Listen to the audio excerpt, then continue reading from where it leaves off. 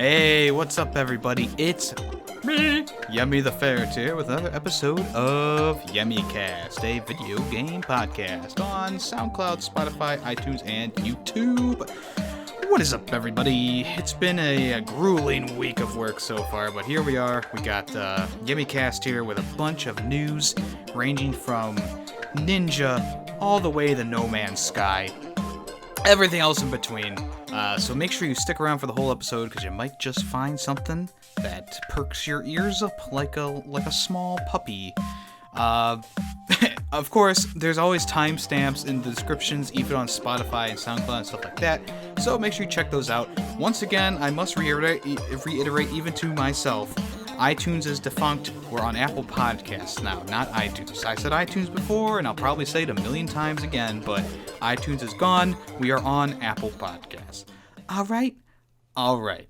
Also, other news, someone may be coming around and knocking on my door during this podcast, so if my dog starts barking, you'll know why. Solicitors come around, and they they can't read, apparently, because there's a big sign that says no soliciting at the start of our freaking road, so whatever. I will probably not answer the door, but I will have to probably take a small hiatus, a small break, while I calm my dog down. Anyways, so lots of things happening this week. Things I'm not going to get to, of course, because some things were just not big enough. But one thing I would like to mention at the beginning of this, which is interesting to me personally, Rock Band 4, as you know, a game that I play a lot and I have a lot of money invested into, even though the controllers are crap and the network connection can be crap. That's besides the point. Oliver Tree, the YouTube sweetheart, is getting one of his hit songs on Rock Band this week on Thursday, so you want to check that out. It's called Hurt. It's by Oliver Tree. The music video to that song is really good, and the song itself is really good. I was really hoping that they were going to put out like a pack, maybe. You know, they haven't done packs in a while. You know, maybe 3 songs from Oliver Tree, but I guess not. But his song Hurt's on there. Even though I like Alien Boy more, Hurt is still a good song, and I like the how it flows and all that crap. So make sure you check that out. Still waiting for Better Off This Way by A Day to Remember. We keep getting closer. Almost every week there's a Day to Remember song.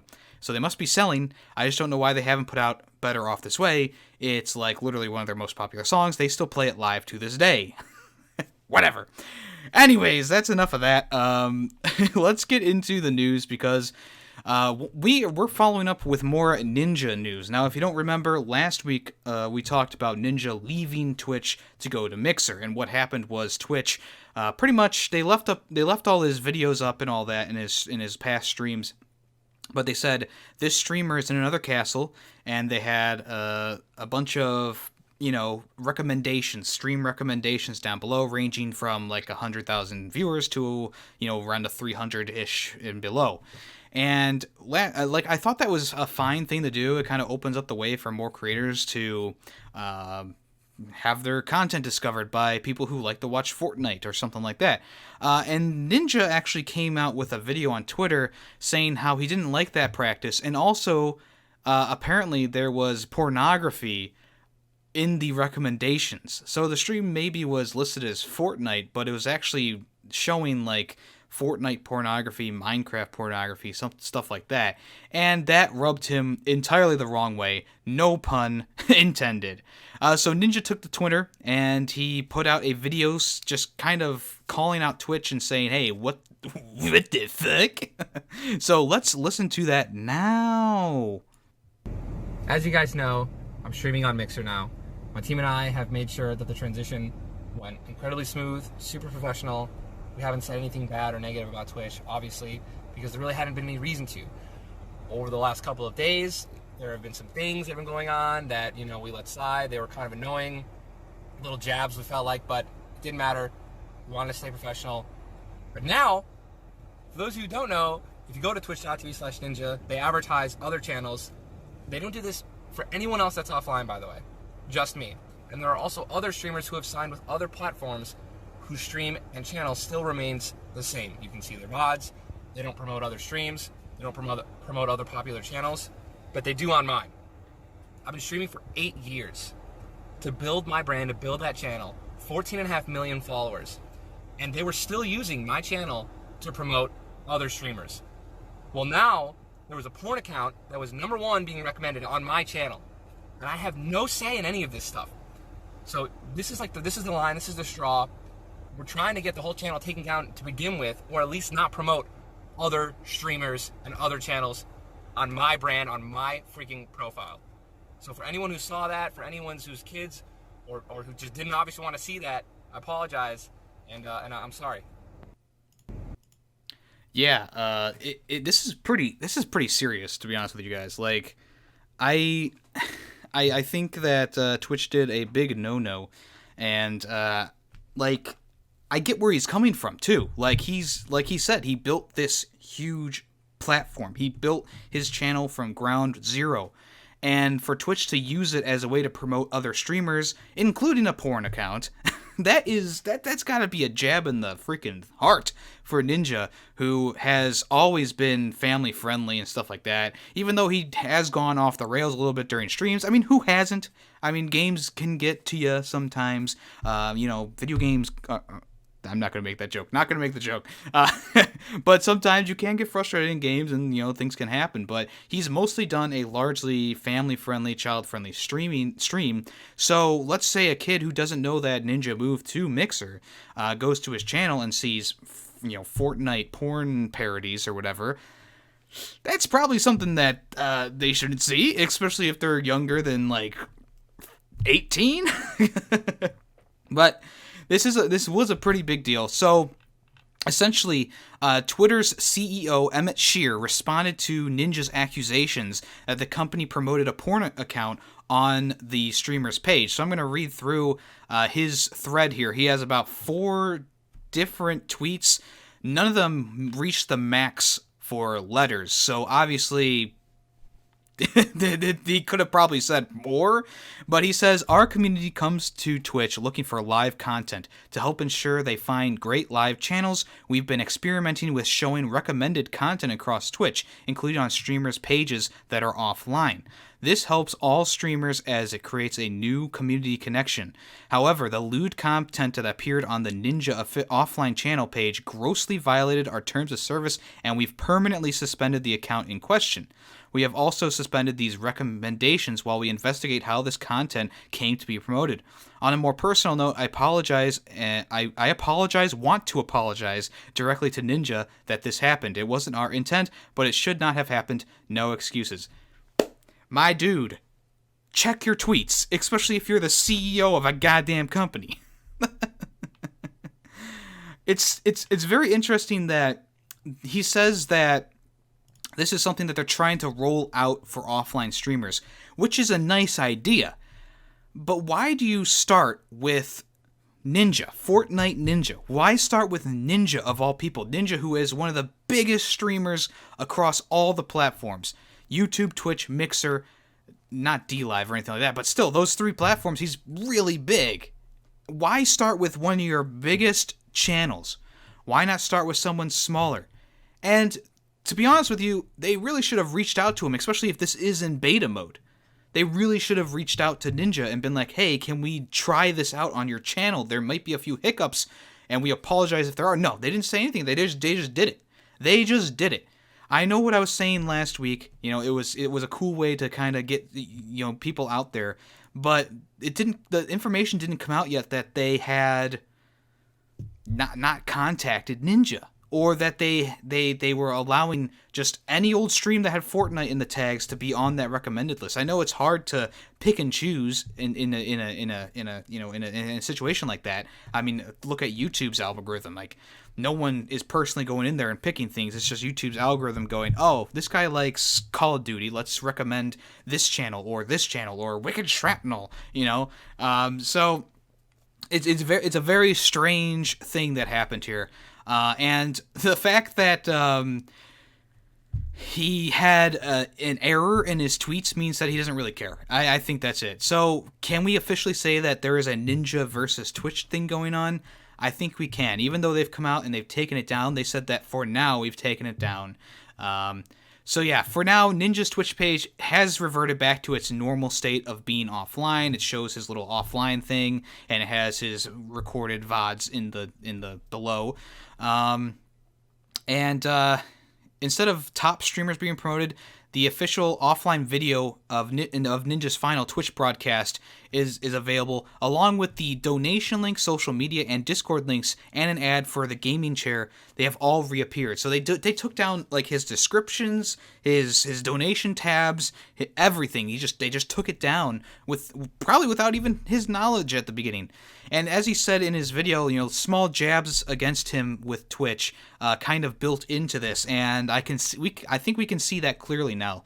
Taking down his description and stuff, taking his channel and using it to promote other channels. What if Ninja was just doing this as an experiment, moving the mixer and just wanted to see what would happen, and he was going to come back to Twitch right away? I mean, they've essentially burned that bridge down. Let's look at this with everything that we know about Twitch, and remember the H3 debacle where Ethan Klein and Ela Klein, who are the co-founders of H3 and the H3 podcast, they were originally streaming on Twitch and doing things on Twitch, but Twitch wasn't going to give them a contract they were accepting, so they said, fine, we'll just move back to YouTube. So they did, and essentially what happened was Twitch took away all their perks, took everything away from them. They were owed money by Twitch, and they had to literally re-sign up with the partner program, the affiliate program, to get that money, and then they had to re-delete their account from Twitch itself. So this is obviously a little bit of a trend, Twitch being a little bit shifty in the way that they handle streamers and people leaving their platform to move to another one. Now, it still hasn't come out yet if Ninja has been paid to move the Twitch, or I'm sorry, if Ninja was paid to move the Mixer, or if Mixer has given him a portion of shares in their company to do this. No one knows really, except for Ninja and probably his wife. And and those things don't really need to be public, but it would be good information to know why he officially moved over there, just kind of out of the blue, almost, it seems. Was he having disgruntlements with Twitch? Was he having problems getting his contracts up to what he wanted to with Twitch? Who knows? But yeah, we'll continue watching this story as it unfolds. Obviously, Twitch is going to be a little butthurt with him moving over to Mixer. Like, who wouldn't be? Let's say PewDiePie, the biggest YouTuber on YouTube. Well, he was until, but that's besides the point. Let's say if PewDiePie moves over to another platform that's like YouTube. I'm not saying like DLive. We know he moved to DLive. He streams on DLives, whatever. That is a completely different scenario. If he moves from YouTube to another YouTube-like platform, what would YouTube do? I mean, they would probably be pretty disgruntled, even though they don't really show PewDiePie too much love anymore. I feel like they would still be like, oh crap, this is actually really bad to have one of our biggest YouTubers just axe us and go to another content platform that does literally the same thing. So what's going to happen with this? Who knows? Obviously things are still developing as the days move on. Obviously they've taken down the recommended. They permanently banned the page that was showing the pornography. Well, here's a funny thing to think about. If this wasn't caught on Ninja's channel, and I'm not saying that pornography is bad or a sin or anything like that. I'm just saying if this wasn't caught on Ninja's channel, that Twitch channel would still be up, would probably still be earning money, and Twitch would never have looked twice. There are people who abuse animals on Twitch who are still on the platform. This is something so minor compared to what is actually happening on Twitch as a whole. Yeah, it maybe more. There's not as much as being led on to with these news articles, but almost every week I'm seeing something new about this streamer on Twitch, this streamer on Twitch, this person on YouTube, this person on YouTube, and it's kind of sickening to me. And I'm hoping that these channels learn their lesson, get help, and try to better themselves. And as for this Ninja thing, Twitch needs to really look at themselves as a company and say, what the hell are we doing? This is something we should not have done on a channel so big. We should have gone with someone smaller. We should have contacted them first. And it shouldn't have been someone who left the platform. Someone who's still Twitch loyal. Or not loyal, but, streaming on Twitch. So that's all I got to say about that. Let's move on from that topic, because I'm done with that. Obviously, it's a big topic, so I have to talk about it, but we're going to move right along. We're going to move on to Nintendo, Sony, and Microsoft are going to be disclosing loot box odds now for all upcoming games. Nintendo also issued a statement on the matter as well. So originally, July 8th, America's Entertainment Software Association, or the ESA, they revealed the 3 major players within the video game industry will be implementing new policies which require the disclosure of loot box odds on all of their platforms. Microsoft, Nintendo, Sony have all indicated to ESA a commitment to new platform policies with respect to the use of paid loot boxes in games that are developed for their platform. Specifically, this would apply to new games and new game updates that add loot box features, and it would require the disclosure of the relative rarity or probabilities of attaining randomized virtual items in games that are available on their platforms. They also revealed many other leading publishers would be involved. So many of the leading video game publishers will also be involved with the ESA, and they have decided that they are going to implement a similar approach to the publisher level to provide consumers this information and give them enhanced information to make purchase decisions. So these third-party publishers also include Activision, Electronic Arts, Blizzard, Bandai Namco, Bethesda, Ubisoft, Take-Two Interactive, and Warner Brothers. All companies who have used loot boxes in the past have agreed to this as well. So these policies are going to be implemented by 2020, and hopefully they'll start rolling this stuff out soon. Loot boxes haven't been as big of a story in recent years. Back when Shadow of War and stuff like that was coming out, loot boxes were much more of a topic. And right now it seems like it's kind of coming back around, and in a good way. I think people really do need to know the odds when they go to purchase a loot box. I think anything that's not a like let's say that you're selling new weapons, you're selling, X, Y, and Z. I think like those things that help you win games, there should definitely be your rarity items, all that kind of stuff. As for customizable things, not things that don't affect the gameplay, that stuff I don't mind as much, But when it comes to things like new weapons, new abilities, skills, just thinking back to Battlefront 2, all the different character cards that were in that were allowing people to pretty much own the game, be the best player in the game at level 1, like that kind of stuff just needs to be taken out of these games, to be honest with you, or give the people the rarities. And I don't know if this is going to work with phone games and stuff like that do a lot of microtransaction sales. They might have to go into that, but for right now, the 3 main platformers and a lot of the different publishers are all agreeing to sign this agreement that will disclose loot box odds, and it's a step in the right direction for sure. Whether we're going to, see any changes right now is debatable. So Nintendo put out a statement August 11th, and they were talking with Eurogamer, and they said the following thing. At Nintendo, ensuring that our customers can make informed choices when they play our games is very important. As part of our ongoing efforts in this area, Nintendo will require disclosure for drop rates in Nintendo Switch games that offer randomized virtual items for purchases, such as loot boxes. This requirement will apply to all new games and include updates to current games that add loot boxes through in-game purchases. We also offer tools like our Nintendo Switch Parental Controls mobile app, which empowers parents to choose what works for their family, including managing in-game purchases and setting playtime limits. Now, Nintendo games haven't really been notorious for loot boxes. It's mostly been with Xbox and PS4 and PC gaming.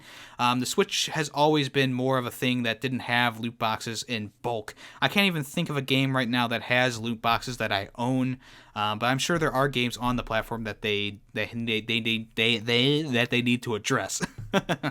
So, like I said, a step in the right direction, but we'll see where this goes. Alright, next on the agenda is Mojang, who is the Minecraft studio, has canceled the Super Duper graphics pack for Minecraft. So in the latest Minecraft blog post, Mojang revealed the cancellation of the Super Duper graphics pack. This ambitious initiative, in quotation marks, was meant to bring a new look to open world survival crafting game, but unfortunately has proven too technically demanding for implement. You are the biggest gaming.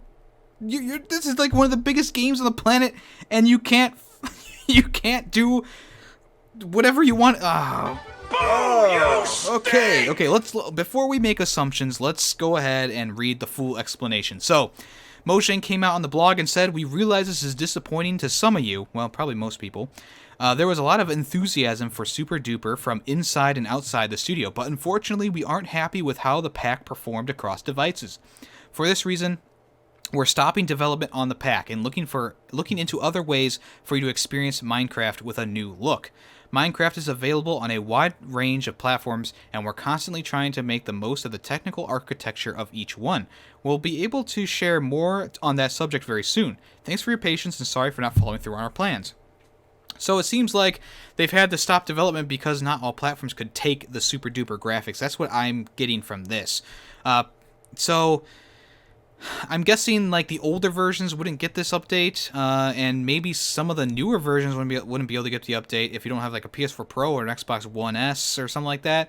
But very interesting that they had to stop with a game so basic as Minecraft. Everything's a block, you know. You have skins in the game, you have textures in the game, whatever. Seems like they could be able to do like a super duper 4K version of Minecraft, but whatever, that's just me. I'm not a game developer, so, you know, what do I know? But yeah, it is an interesting development, and what do you guys think? Because personally, this just kind of is weird to me. I mean, like, how basic is this game, and you can't put in some higher quality graphics? I don't know. There already are like mods that make, or is there already like a DLC that makes the game look a lot nicer? I don't know. I do not know. All right, so Microsoft. A new Microsoft controller patent looks a lot like the Nintendo Switch. It has removable controllers that will attach to your phone. Kind of interesting. So a new patent filed by Microsoft last month is hinting at a controller setup which calls to mind the detachable Joy-Con of the Nintendo Switch. The patent itself is related to a charger for removable input modules. There's also no reference to the Xbox system in the documentation, but the sketches submitted alongside the patent application share many of the features we come to associate with Microsoft, including the big X for the Microsoft logo. Based on the sketches, there's going to be input modules that bolt onto the side of your smartphone, which will turn it into a portable gaming system. With Microsoft's much anticipated Project X Cloud coming to streaming services and stuff like that, it's going to be a streaming service that will stream directly to your phone. You'll be able to connect a controller to your phone, and now it looks like they're looking into something that's more Switch-like for your phones as well, with detachable game controller, game pad, whatever you want to call them. So the designer who made the like these really well done mock-up convincing 3D concepts, as you see, if you're watching the visual thing, you can see the controller. There's also, he did 3 other ones that are white and black. He came out and said, designed for immersive landscape gaming, the controllers come with 2 flippers that hold your phone gently but securely from the sides, while memory foam pads make sure they don't press any buttons. These side flippers are ideal for phones with no bezel because this makes sure the controllers don't overlap the screen from the left or the right. Both halves of the controller connect to your phone via Wi-Fi to deliver a seamless gaming experience that's absolutely lag-free. So yeah, that's kind of cool. Kind of cool stuff. We'll see if this is actually a real thing in the future. Alright, so in a Nintendo Power interview with Will Smith in 1992, it's revealed his obsession with The Legend of Zelda. So in a 1992 issue of Power magazine, both Will and music and TV partner DJ Jazzy Jeff spoke about how they'd been enjoying a variety of games across Nintendo systems. It appears that Nintendo Power sent some games over to the duo for them to check out, and the result was overwhelmingly positive. So here's a snippet from the interview. Nintendo Power asked, "How do you like the new games we sent you?" And Will Smith responded, "I like them all, but I definitely like The Legend of Zelda: A Link to the Past the best." And then Nintendo Power then asked, "Did you play NCAA basketball, Will?" And Will responded, "I tried it for a little bit, but as soon as I put the Link game in, I found 2 pendants. I need to find one more before I can get the Master Sword." And Jeff chimed in, "He needs help. I called him, and he didn't hear a word I said on the phone. I could hear him in the background collecting coins or something." So DJ Jazzy Jeff noticed that Will had a new obsession with The Legend of Zelda. Couldn't tear it away from him, even if he tried. Such kind of funny development to see nowadays. Maybe Will Smith is a gamer. He's a YouTuber and a gamer now. He'll be dropping out the battle bus real soon. Alright, so the Switch SNES controller has been confirmed. Nintendo Switch Online SCS and SNES games may be on the way. So a SNES style controller for Nintendo Switch has been spotted thanks to a new FCC listing, which hints that you could see SNES games coming to Nintendo Switch Online service sooner rather than later. The filing, spotted by a user named Link83, shows the rear of the controller, complete with the all-important HAC model number, which is used by Nintendo to denote Switch hardware and accessories. Nintendo already released the NES-style Joy-Con controllers for the Switch support of the free NES games that are on there, so this is a telling factor that maybe the SNES games are going to come to the Switch in the near future. That would be pretty cool. What games would you want to see on the system? I'm guessing they would put a Mario game, probably Super Mario World, maybe? Who knows? But it's kind of interesting. Hopefully the games will come to the Switch along with the controller itself. I don't know if this one would be very good as in terms of like attaching them to your Switch to play with them, but I think as a standalone controller, the SNES controller is pretty nice. So we'll see what happens with this development in the future. Alright, so I don't like talking about it, but Dr. Mario World is back in the news with $1.4 million in sales, racking up to 7.5 million downloads in its first month. Did you guys download this game? I did for about 5 minutes and said, fuck this. That's a little bit harsh, but to be honest with you guys, I just did not feel the love for this Dr. Mario game. I like the old style games. This one was just too easy, and the microtransactions are pretty gross in the game. So they've banked in about $1.4 million in microtransactions, $7.5 million, 7.5 million downloads across the Android and iOS devices. Compared to other games, it's in 5th place still, but it's probably going to grow past probably Animal Crossing in the near future. So per install, Dr. Mario World has made about 19 cents. And in Japan, they spent the most on the new game, making up about 55% of the revenue, which is about $770,000. The United States was next with about 33%, which is about $462,000, and it also in the United States led in terms of downloads with about 2.6 million downloads in the U.S. and probably more for unregistered phones. So yeah, like I said, I don't really like talking about Dr. Mario, but this is pretty big news, especially for a phone game, and we'll see how much it grows in the future. Alright, so speaking of dollar signs and millions of dollars, Nintendo has spent about $3.7 million on TV ads in the last month, which is the highest of all the gaming brands. Throughout July, Nintendo topped the list of gaming's heaviest spenders in the world of TV advertising, spending about $3.7 million in total in the U.S. According to VentureBeat, Nintendo's spending accounted for just over 60% of the total TV advertisement purchased by gaming brands in the country. Rockstar came in second with 35.9%, and THQ, EA, Sports, and Xbox followed behind that. Nintendo's 9 ads shown throughout the month ran almost 2,200 times, generating about 383.6 million impressions. Channels like Nickelodeon, Teen Nickelodeon, Nicktoons were prioritized, with ad slots being purchased during shows like SpongeBob, The Loud House. You can see the commercial with the highest placement budget, which is about $900,000 on this thing right here. Despite the large numbers, they've actually cut back for August, which is only going to be about 6.2 million, it seems, and June was actually about 8.7 million. So they still are spending a lot of money. It has gone back a little bit since June, but I think June is a big time for pushing these advertisements out, especially with kids going on summer vacation and stuff like that. So, have you been watching SpongeBob lately? I don't think a lot of people from the 90s like myself watch SpongeBob anymore, simply because they changed the format a lot, and the new controversy with the kids version of SpongeBob coming, which was directly in, like, after the creator's death. He was like totally against spin-offs, and then they decided to do it like weeks later. It's just very fishy. But have you been watching SpongeBob? Have you seen the Nintendo commercials? Do they speak to you? Do you own a Switch? Do you want to switch after seeing these advertisements? Let me know.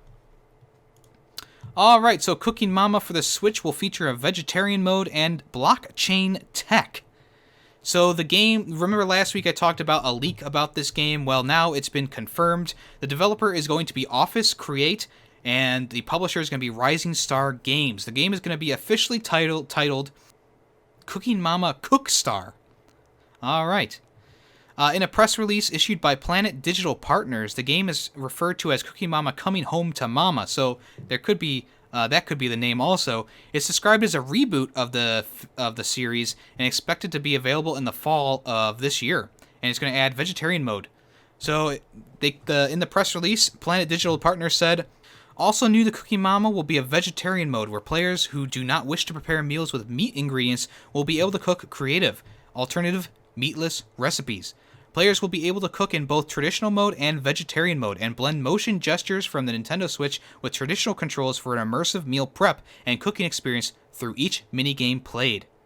Planet Digital will democratize game funding for investors who for the first time ever can own equity in a portfolio of console games. Gaming is a $135 billion industry with little opportunity to invest outside of the large public game publishers.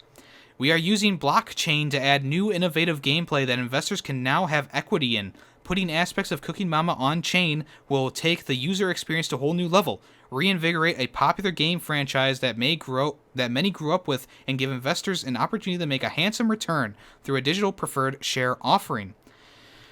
Interesting, I've never heard of this blockchain thing. So they've continued to say unique blockchain private keys. Each purchased copy of the game will have unique IDs, which will be managed directly through the game's internal wallet storage. Players will be able to focus on Cooking Mama's user experience rather than cryptographic key management. Whew! Private key enabled balanced DRM. Traditional DRM limits the ability to copy games, while private keys on blockchain protocols allow easy registration. These combined items provide greater proof of ownership. Enhanced multiplayer experience with dual expression, securing online events, digital assets, rewards, and recognitions, and more. I'm confused. I don't know if you guys are confused, but I'm pretty heckin' confused. I think I've damaged my cerebral cortex. A lot of damage. Oh my god. Alright, so Gears of War 5 has officially gone gold. It's done in development, and now it's just waiting to be released and for play testing to be done. And they've also revealed the achievement list. And the first achievement on there is probably a nod to former President of America, Nintendo President of America, Reggie Fils-Aimé, with the achievement saying, "My body is ready," and that's for finishing the boot camp or whatever it's called. So, who knows if this is actually a direct reference to Reggie. Reggie seems to think so, and he came on Twitch saying, "I hope the team shows off my body is ready achievement. Nice tip of the hat, my friend at Xbox P3." If you aren't familiar with the above catchphrase, it was a historic, quotation marks, historic moment at E3 2007 when Reggie appeared on stage and said the line before completing a body check on the Wii balance board. It was initially, I don't think it was really well received, especially during the conference itself. My body is ready.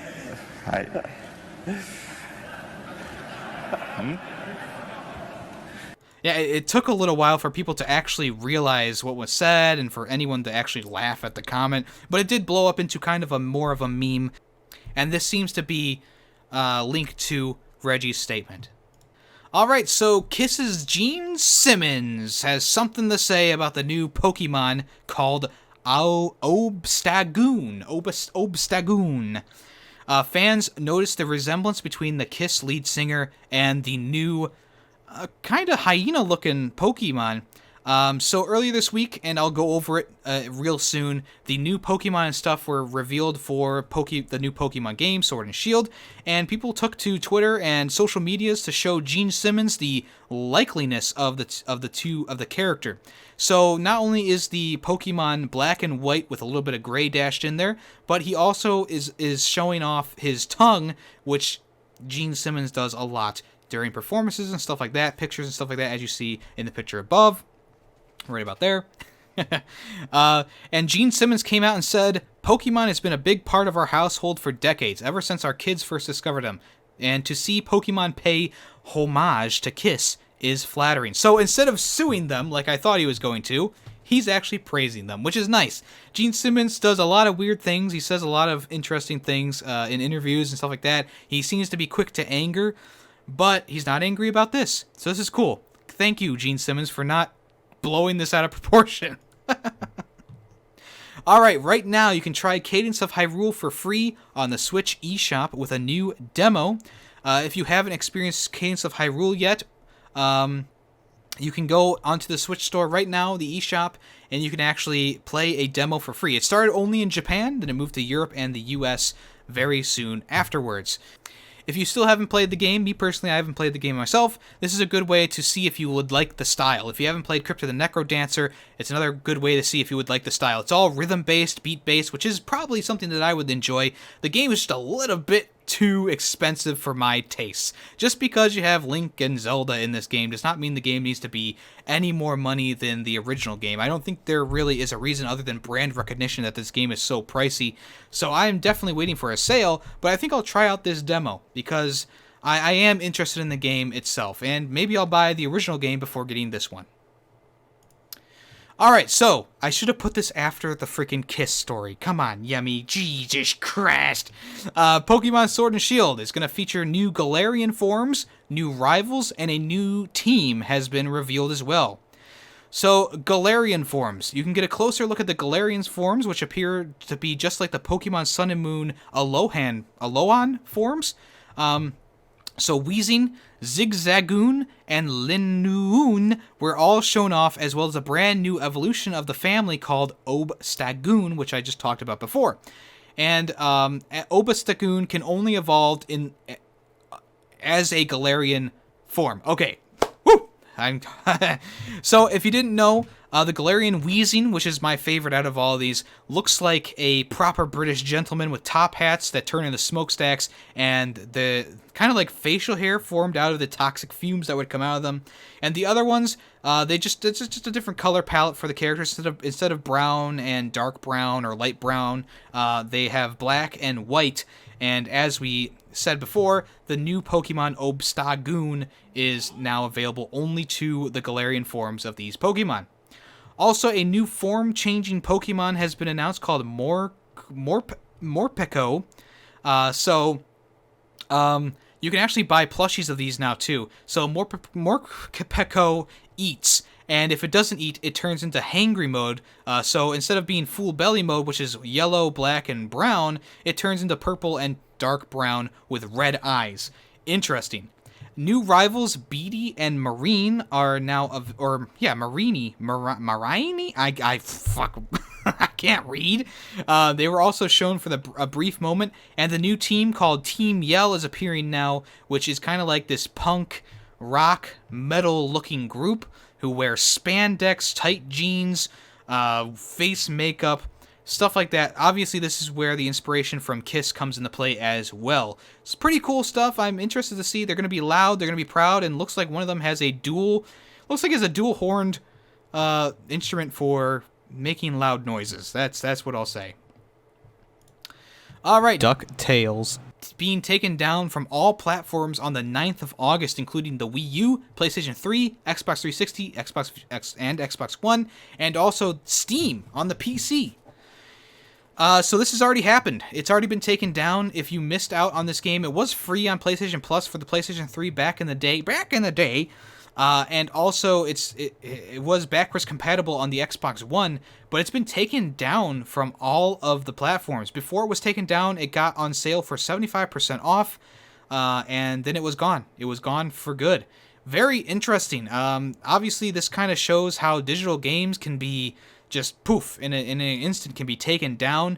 If you already bought the game before this, of course you still have it. Like if you had downloaded it from the PlayStation Plus, it will still be on your PlayStation, but you know, it's gone from the store. You will be able to re-download the game once it's removed if you already bought it. And like I just mentioned. Whoop! I hit my microphone. Capcom also notes the times above are approximate, and they don't hold out until the last minute. Okay, so the times weren't exactly what they thought they would be in Pacific time.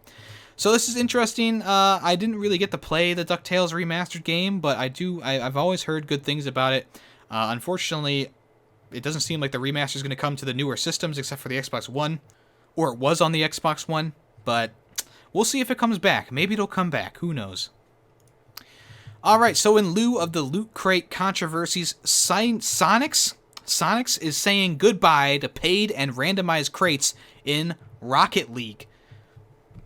This deserves applause. This definitely deserves applause. Sonics revealed it has been acquired by Epic Games back in May, and it didn't go down well with Rocket League community because they added in some loot crates. And it was revealed in a FAQ to ease concerns about potential gameplay adjustments. But now, in the latest blog post, Sonics and Epic Games as a whole have announced all paid and randomized crates will be removed from Rocket League later this year and be replaced with a new system to show players exactly what they are getting.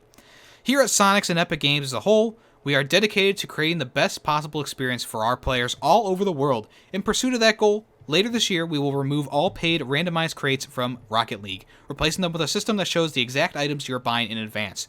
This is similar to changes implemented earlier this year by the Fortnite Save the World team. So this is good news. Good news. I mean, say what you want about Epic Games, but I would rather have no loot crates or know exactly what you're getting instead of loot crates. Like, yeah, seriously. The blog post also went on to explain how the Rocket League Premium DLC cars and esports shop items would continue to be offered as direct purchases alongside the new system in place. So cool news. Rocket League may be an older game now, but oh baby, it is still very, very popular. All right, so you're going to be able to belt out your favorite bangers, what a title, with Let's Sing 2020 coming to Nintendo Switch, PlayStation, and Xbox later this year. So Let's Sing is a pretty long-running series. I think I remember playing it on the PS2 with my sister. I really love that song by the Gorillaz. Feel Good Inc. I can't believe I almost forgot the name. But that was on there. But the 2020 edition is going to be releasing on October 25th alongside with Nintendo Switch microphone bundles. Wii and Wii U appear to have been left out this year, with the Switch and PS4 taking over. The game will let you take the stage as a solo superstar, or you can join up with a friend if you prefer. You'll find modern songs along with oldies as well. In a nice touch, you don't actually have to have a mic at hand to play. If you rather save some cash, you can grab the standalone game and just use your smartphone to play, which is pretty nice. So, the game features strong playlists with 30 international hits and original music videos, sing solo or up to 4 players, choose between 4 smartphones or 2 USB mics and 1 headset, 5 exciting game modes including Classic, Mixtape 2.0, featuring Jukebox, and World Contest. No mic, don't worry, you can use the microphone app, as they already freaking said in this features thing. Climb the online leaderboards and get some more song packs with the online store, like Best of 90s, Party Classics, and more. Game modes: Classic, perform solo or together with friends. Feature, find the perfect match. The better you sing together, the higher your compatibility score is. World Contest, take on the world. Try to reach the top of the leaderboard or just have fun with your friends. Mixtape 2.0, mix different songs extracts together with this innovative game mode, which sounds pretty cool. And Jukebox, relax with random songs and grooving parties. Bands and music that will be featured on this game: Ava Max, Sweet But Psycho, Louis Capaldi's Someone You Loved, Calvin Harris and Dupa Lupa's One Kiss, Rita Ora's Let You Love Me, alongside Robbie Williams with Angels and Spice Girls with Wannabe, plus other songs as well. I didn't know any of those songs except for Wannabe. I'm old! So it's going to come out on the 25th of October for about $40, which will be about $34, 34 pounds. And slightly later on the 15th of November is the bundles, which will include a about $50 version and a $55 version with 1 and 2 mics bundled in. Interesting stuff. All right, that's great. All right, so SteamWorld Quest. You know I'm a big fan of SteamWorld Quest. It used to be Switch exclusive, but now it's on Steam, and it will be coming to the PlayStation. I think it is already available on the PlayStation and Xbox. But it's going to need a New Game Plus mode, Legend Remix difficulty, and even more in the free update. Free update! Alright! SteamWorld Quest is a beautiful game. If you haven't picked it up, I highly suggest picking it up. There was a podcast episode before where I did a whole review about SteamWorld Quest. Go back and listen to that if you want more information. So from the creators Image and Form, they have announced that SteamWorld Quest is getting a new free update, which will make the game even better. So this new update called version 2.0 is going to come with a new game plus, and you'll also be able to access the new game mode called Legend Remix, which is the hardest difficulty in the game. But it's only accessible after you complete a regular game. It's going to throw a fair amount of gameplay twists of its own in this remix difficulty as well, which is very interesting to me. That's not it, though, because there's also a new art gallery with previously unseen concept art and illustrations, and a jukebox should you want to listen to the game's soundtrack in peace. HD Rumble has also been introduced. The Merchant's Wagon now contains more consumable items, and it's now easier to get the Mightiest Grand Prix Coliseum Tournament. If you haven't picked up the copy of the game, it's also going to be about 20%. It's going to be on sale for about 20% off on all the different platforms that you can buy it on currently. Cool stuff. I definitely recommend picking it up. If I haven't said it enough, I'm going to say it again. Pick this game up because it's a really fun strategy turn-based game with card elements in it. Lots of fun characters, lots of fun story moments, lots of cool bosses to fight. Check it out now. Alright, so ahead of the reveal, which is today, Wednesday, the 14th of August, the Need for Speed title has been leaked. So, Need for Speed Heat seems to be like the name for this game.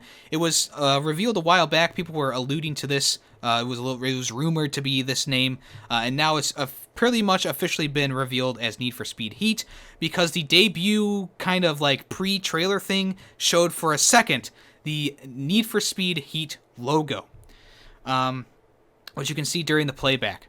So on the Need for Speed website, there's a clock that's counting down to tomorrow, and we're going to see probably the reveal trailer and some stuff for Need for Speed itself. If you haven't been a fan of Need for Speed in these past few years, I understand. The last few games have not been that great. Even though Rivals was alright, I felt like that was a pretty good game.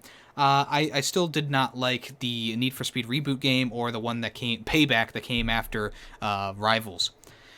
So, yeah, we'll be expecting more from this. Actually, in the same line of news, EA has removed all traces of previous Need for Speed games ahead of tomorrow's reveal on its YouTube channel. It's pretty much the YouTube channel has been scrubbed of all references to Need for Speed before this game. So, I think they just pretty much privated the videos. It's not like they've taken them all down. But we'll see what happens with this tomorrow. Today! So if you don't remember from last week, I talked about the Plants vs. Zombies leaked images, Garden Warfare images that were leaked, and there was actually a trailer that was leaked as well. So the official name of this game is going to be Plants vs. Zombies Battle for Neighborville, and the reveal trailer isn't even finished yet, but someone uploaded the video onto YouTube, the unfinished version. So in the reveal trailer, probably due to debut at Gamescom, it wasn't even finished. There are storyboards in place of artwork, file names on screen, and sections of temporary game footage. Most of the trailer is in place, but it's most definitely not meant to be for public consumption yet. So EA went out and claimed the video and took the video down, so you cannot watch it anymore. And of course, you wouldn't want to watch it anymore because it was incomplete. So hopefully we'll see pretty soon the actual reveal. Hopefully we'll get an announcement date and stuff like that, because I'm really excited. I loved Garden Warfare 1 and 2, and this looks like it's going to be the same, like just awesome gameplay that you're expecting, fun gameplay you're expecting, cool, fun characters, quirky characters, stuff like that. Hopefully they keep most of the game modes intact, like the defense game mode and stuff like that. But I'm excited for this. So like I said, I can't show you the trailer. The trailer's been taken down by EA, but this is awesome. It's still pretty awesome. Alright, so the new Call of Duty Modern Warfare PS4 Pro gameplay that was released showed off several new game modes, including Headquarters, Domination, and a game mode called Cyber Attack. It also revealed some more of the gunplay and stuff like that. Some more maps included as well. We're all getting ready for Modern Warfare. It seems to be like the cream of the crop in terms of Call of Duty games over the past few years. It's about a 20-minute gameplay video of raw footage on the PS4 Pro. Takes a look at several game modes like Headquarters, Domination, and Cyber Attack, as well as a nighttime team deathmatch with most of the HUD off. It's looking pretty great. I'm excited for this game. Also, it's being rumored that Call of Duty Modern Warfare is going to get a free-to-play Battle Royale mode after its launch. If you recall from when I talked about this last Wednesday, I was speculating because you could open doors in the multiplayer mode that there could be possibly a Battle Royale mode. But in an interview with Game Informer, Joel Emsley responded to them asking about it with saying, "We'll have to wait and see." After a long pause. So apparently he doesn't want to give out any information about it. So someone on Twitter called Long Sensation came out and said, so apparently Battle Royale in Modern Warfare will be free mode to release in early 2020. It will be downloadable as a separate game, but also will still be connected to the core game. If this is true, then it's a very good move by Activision. I don't really want a Battle Royale mode to be one of the core things in the game. Like an aftermarket free add-on is fine. It's perfect, actually. I would rather see Spec Ops multiplayer campaign. I want those classic things. Because Black Ops was missing the campaign element. The multiplayer was fine, but I didn't really enjoy it. And then the Battle Royale mode just seemed... I just didn't like the Battle Royale mode at all, to be honest with you.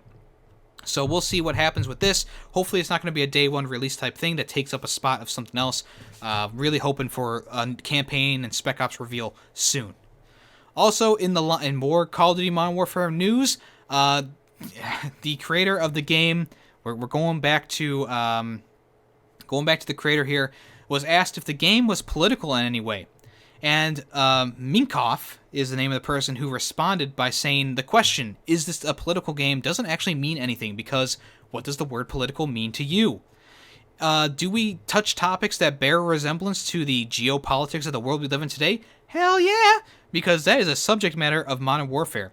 Are we telling a story that has anything to do with the specific governments of any countries that we are portraying? Absolutely not. No. Taylor Kurosaki also chimed in saying, we do talk about concepts like colonialism, occupation, independence, and freedom. You don't maybe say those words specifically, but that's the realm that we're in.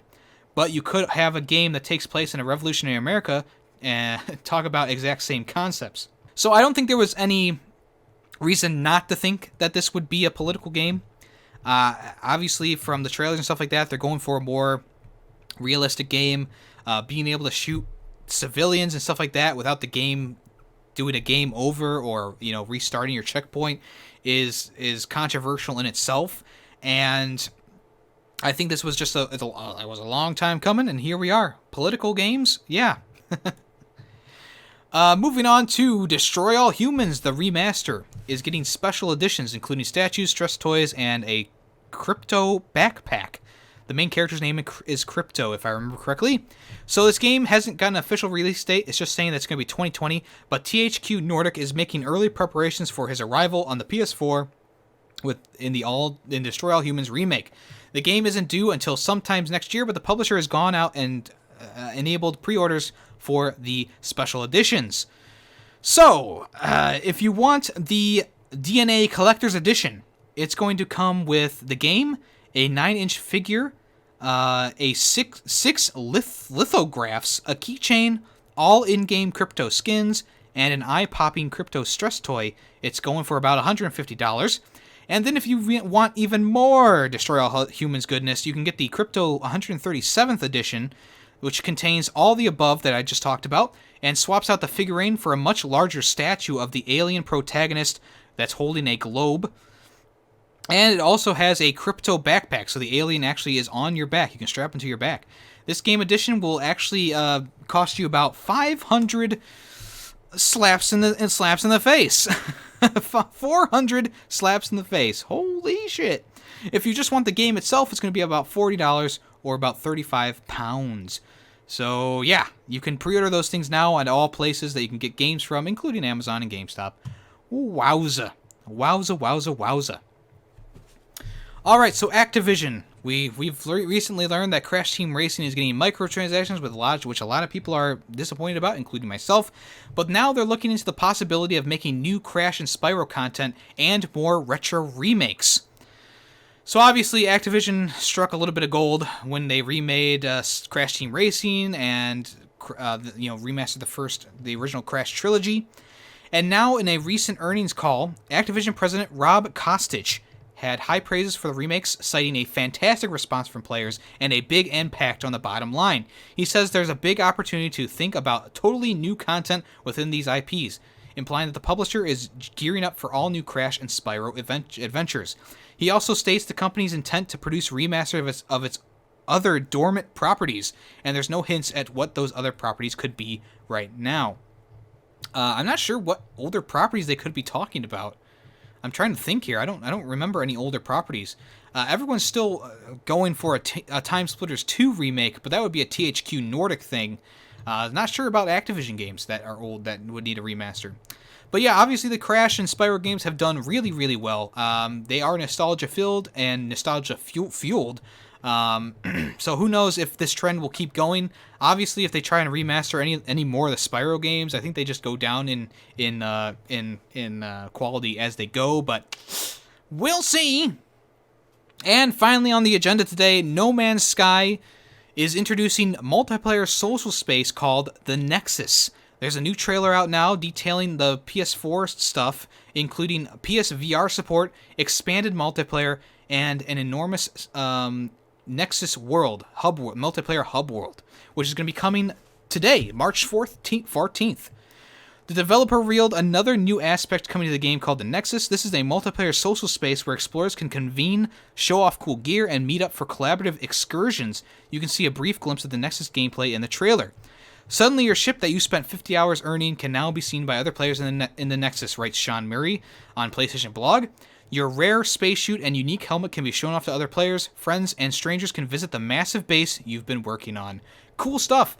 I think finally the game is about where they wanted it to be in the beginning, and there's a new YouTube video out there where the original spokesman for No Man's Sky did an interview with Game Informer, and someone's actually edited it so that it's true to the game now, which is really funny.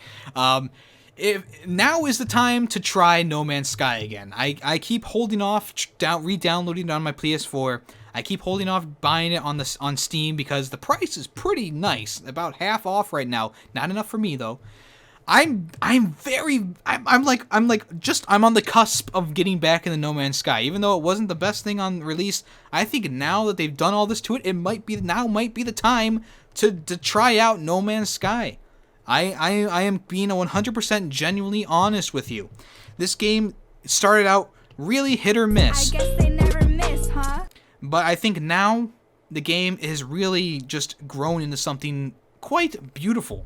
I know there's a lot of people out there who have been fans of No Man's Sky from the beginning.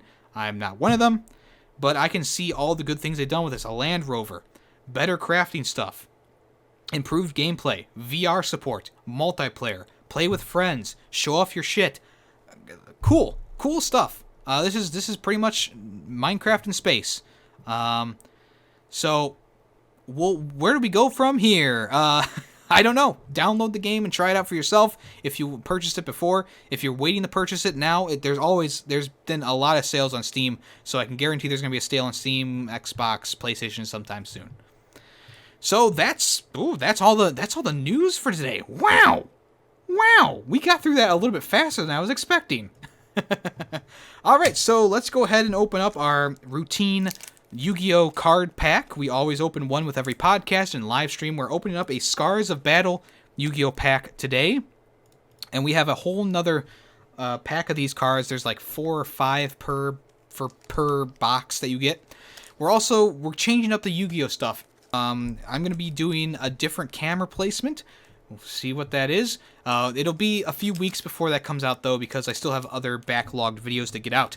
But let's open up this pack, see what we get. We're still looking for Barrel Dragon in these ones, and we're still looking for the Blue Eyes Ultimate Dragon in the Arena of Lost Souls. We haven't been very lucky on either fronts, but I have faith in the faith in the heart of the cards. All right, so we got a Fire Reaper, a Eternal Rest, the Launcher Spider, pretty cool card, and on the end we got a Command Knight. Nothing really good there, but there's always hope for tomorrow. Tomorrow, I'll love you tomorrow. Boo! You stink! Anyways, thank you so much for coming to this episode of YemmyCast, a video game podcast. As you know, I am Yemmy, a.k.a. Yemmy the Ferret, a.k.a. Wicka Wicka DJ Yemmy.